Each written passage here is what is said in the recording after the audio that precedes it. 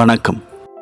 21 March 2022 மண் காப்போம் இயக்கத்தின் மூலமாக மண்ணை காப்பாற்றுறதுக்காகவும் மண்ணோட தரத்தை மேம்படுத்துறதுக்காகவும் உலகளாவிய அளவில் ஒரு விழிப்புணர்வு உருவாக்கணும் அப்படிங்கிற உன்னதமான நோக்கத்தோடு வரலாற்று சிறப்புமிக்க மோட்டார் சைக்கிள் பயணத்தை சத்குரு இந்த நாளில் தான் தொடங்கினார்.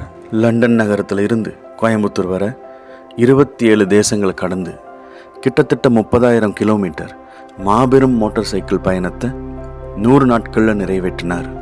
அது மட்டும் இல்லாமல் இந்த மிக கடினமான பயணத்தின் போது பல்வேறு நாடுகளில் பல்வேறு நகரங்களில் கிட்டத்தட்ட 700க்கும் மேற்பட்ட நிகழ்ச்சிகளில் பங்கேற்று மண்ணை பற்றியும் மண்ணோட முக்கியத்துவத்தை பற்றியும் மண் காப்போம் இயக்கம் ஒரு மாபெரும் மக்கள் இயக்கமாக மாற வேண்டிய அவசியத்தை பற்றியும் விளக்கி பேசினார். இன்றைக்கி உலகத்தில் இருக்கிற பல சூழ்நிலை சார்ந்த பிரச்சனைகளுக்கு முக்கியமாக புவி வெப்பமயமாதல், சுற்றுச்சூழல் சீர்கேடு, உணவு பற்றாக்குறை, ஆரோக்கியமில்லாத உணவுகள், தண்ணீர் பற்றாக்குறை, இப்படி பல்வேறு பிரச்சனைகளுக்கு ஒரே தீர்வாக மண் இருக்கும் அப்படிங்கிற உண்மையை சத்குரு அறிவியல் பூர்வமாக விளக்கி உணரச் செய்ததால் உலக நாடுகளின் பல முக்கியமான அமைப்புகளுடைய கவனம் மண்ணை நோக்கி திரும்பிச்சு. ஒரு சில தரவுகளின்படி இந்த மண் காப்போம் இயக்கம் உலகம் முழுவதுமாக கிட்டத்தட்ட 400 கோடிக்கும் மேற்பட்ட மக்களை சென்றடைஞ்சிருக்குது அப்படின்னு சொல்கிறாங்க. உலக வரலாற்றிலேயே மண்ணோட முக்கியத்துவத்தையும் மண்ணோட மகத்துவத்தையும் இந்த அளவு இவ்வளவு பிரம்மாண்டமாக யாரும் இதுவரை பேசியதில்லை.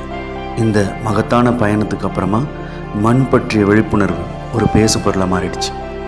பல நாடுகள் மண்ணை பாதுகாப்பதற்கான திட்டங்களை வகுத்தாங்க, மண்ணை காப்பாற்றுறதுக்கான சட்டங்களை உருவாக்குனாங்க, மண்ணுக்குன்னு அரசாங்கம் தனியாக நிதி ஒதுக்குச்சு. அரசியல்வாதிகளில் இருந்து ஆன்மீகவாதிகள் வர, விவசாயிகளில் இருந்து விளையாட்டு வீரர்கள் வர, தொழிலதிபர்கள், பிரபலங்கள், பொதுமக்கள், மாணவர்கள் என எல்லாரும் எல்லா தரப்பு மக்களும் அவங்களால எவ்வளவு தூரம் இந்த இயக்கத்துக்கு உறுதுணையாக இருக்க முடியுமோ அவ்வளவு தூரம் உறுதுணையாகவும் ஆதரவாகவும் இருந்து தங்களோட பங்களிப்பை வெளிப்படுத்தினாங்க. சத்குருவோட இந்த மகத்தான மண் காப்போம் இயக்கத்தினுடைய தாக்கத்தினாலையும் உந்துதல்னாலையும் பல பேர் இந்த 100 நாளில் பல வியக்கத்தக்க சாதனைகளை செஞ்சாங்க. அவருடைய தீவிரத்தையும் உறுதியையும் பார்த்து பல அளப்பரிய பங்களிப்புகள் மூலமாக தங்களுடைய ஆதரவை உறுதி செஞ்சாங்க. இவங்களோட இணைஞ்சு நாங்களும் இந்த 100 நாளில் சத்குருவோட பயணித்து மண் காப்போம் இயக்கத்துக்கு எங்களால் எவ்வளவு முடியுமோ அவ்வளோ தூரம் பங்களிக்கணும் அப்படின்ற உறுதியோட மண் சம்பந்தமான வீடியோக்களை உருவாக்கி சமூக வலைதளங்களில் பதிவிட்டோம். அதுலேயும் எங்கள் குழந்தை கோபிகா மூலமாக சமூக வலைதளங்களில் மண் சம்பந்தமாக தினசரி வீடியோக்களை பதிவு செஞ்சோம்.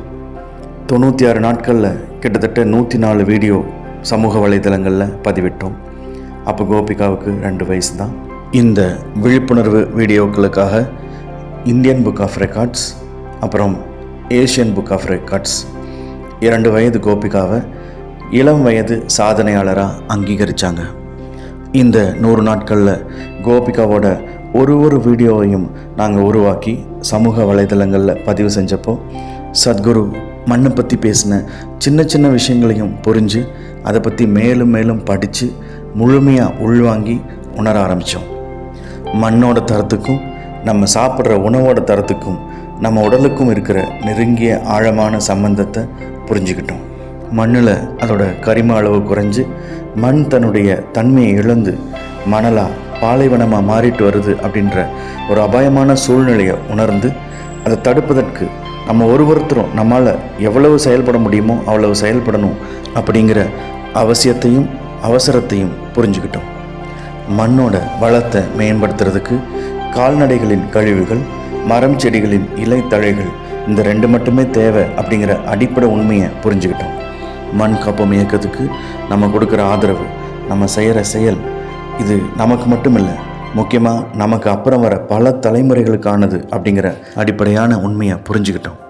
இப்போது இந்த உலகத்தில் வாழ்கிற நமக்கு மட்டும் இல்லை, இன்னும் பிறக்காத குழந்தைகளுக்காகவும் புழுப்பூச்சிகள்லேருந்து பறவைகள், விலங்குகள் அப்படின்னு மண்ணில் இருக்கிற எல்லா உயிரினங்களுக்காகவும் மண்ணுக்குள்ள கண்ணுக்கு தெரியாத கோடி கோடி உயிரினங்களுக்காகவும் தன்னையே அர்ப்பணித்து சத்குரு இப்படி ஒரு ஆபத்தான கடினமான மோட்டார் சைக்கிள் பயணத்தை பண்ணியிருக்கிறாருன்னு உணர்ந்து நெகிழ்ச்சி அடைஞ்சோம். மண்காப்போம் இயக்கம் அப்படிங்கிறது ஏதோ ஒரு 100 நாளில் முடிஞ்சிற விஷயம் இல்லை. நம்ம வாழ்க்கை முழுவதுமே செயலாற்ற வேண்டிய ஒரு வாழ்வு முறை அப்படிங்கிறத ரொம்ப தெளிவாக புரிஞ்சுக்கிட்டோம். இந்த நோக்கத்தில் நமக்குன்னு ஒரு சின்ன இடத்துல மர விவசாயத்தை ஊக்குவிச்சு நூற்றுக்கணக்கான மரங்களை நட்டு வளர்த்து கால்நடைகளை மண்ணுக்குள்ளே எடுத்துகிட்டு வந்து அது மூலமாக மண்ணோட கரிம வளத்தை அதிகரித்து மண்ணோட தரத்தை மேம்படுத்தி நமக்கு தேவையான உணவுகளை நாம் இயற்கை முறையில் உருவாக்கிக்கணும் அப்படிங்கிற தீவிரமான ஆர்வம் எங்களுக்குள்ளே வந்தது. சத்குரு மண்காப்போம் இயக்கத்தில் சொன்ன சின்ன சின்ன விஷயங்களையும் நாங்கள் கோபிகா வீடியோவில் பேசியிருந்த ஒரு விஷயத்துக்கும் செயல் வடிவம் கொடுத்து களத்தில் இறங்கி வேலை செஞ்சு நம்ம வாழ்வியல் முறையே மாற்றிக்கிட்டு இயற்கை விவசாயத்தில் ஈடுபடணும் அப்படிங்கிற ஆர்வமும் உந்துதலும் எங்களுக்குள்ளே உருவாச்சு. இந்த நோக்கத்தோடையும் இந்த அடிப்படையிலையும் உருவானது தான் சமஸ்திதி ஃபார்ம்ஸ்.